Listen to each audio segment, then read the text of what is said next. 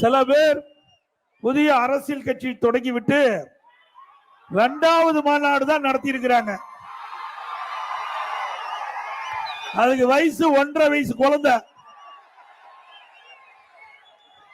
அனைத்து இந்திய அண்ணா திராவிட முன்னேற்ற கழகத்துடைய எழுச்சி பயணத்தை துவங்கி இந்த இன்றைய தினம் 105வது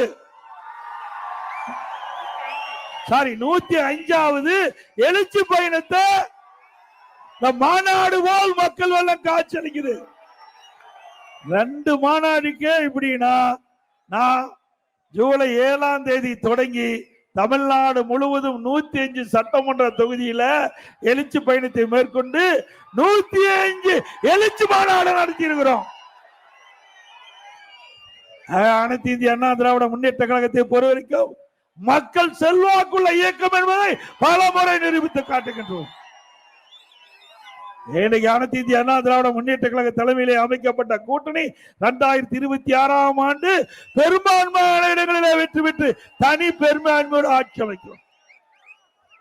நாங்க மக்களை சந்திக்கிறோம்னா அனைத்து இந்திய அண்ணா திராவிட முன்னேற்ற கழகம் பொன்மனச்செம்மல் புரட்சி தலைவர் எம்ஜிஆர் அவர்கள் நாட்டை ஆண்டாங்க.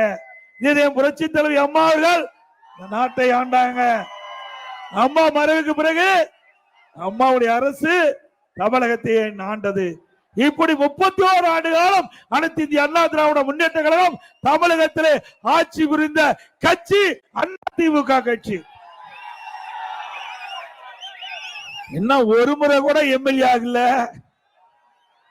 ஒரு முறை கூட எம்எல்ஏ ஆகல, ஒரு முறை கூட சட்டமன்ற தேர்தலை சந்திக்கல. அப்படி இருக்கிறவர்களெல்லாம் ஆசைப்படலாம், தவறல்ல. நாட்டில் இந்திய நாடு ஜனநாயக நாடு, அனைவருக்கும் உரிமை உண்டு, அதில் எந்த மாற்று கருத்தும் இல்லை. ஆனால் உழைக்காமல் பலன் பெறுகின்றார்கள், அதுதான் பெரும் ஊழல். உழைக்காமலேயே பலனை பெறுவதுதான் பெரும் ஊழல். தலைவர்கள் பொன்மனச்செம்மல் புரட்சி தலைவர் எம்ஜிஆர் அவர்களும் சரி, இதே புரட்சி தலைவர் அம்மா எங்கேயுமே போகாம வீட்டிலேயே அமர்ந்து கொண்டு கனவு காணலாம், அது நனவாகாது. இது உயிரோட்டம் உள்ள இயக்கம். எந்த கொம்பனாலும் அண்ணா திமுகவை அசைத்து பார்க்க முடியாது. அம்மா இந்த ஆட்சி சிறப்பாக நடத்தினாங்க.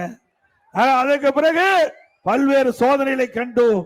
அந்த சோதனைகளாம் வென்றுதான் இன்றைக்கு அனைத்து இந்திய அண்ணா திராவிட முன்னேற்ற கழகம் ஆடம்பரம் போல் தலைத்து ஓங்கி இன்றைக்கு நாட்டு மக்களிடத்திலே மிகப்பெரிய செல்வாக்குள்ள கட்சி என்பதை நிரூபித்து காட்டிக் கொண்டிருக்கின்றோம்.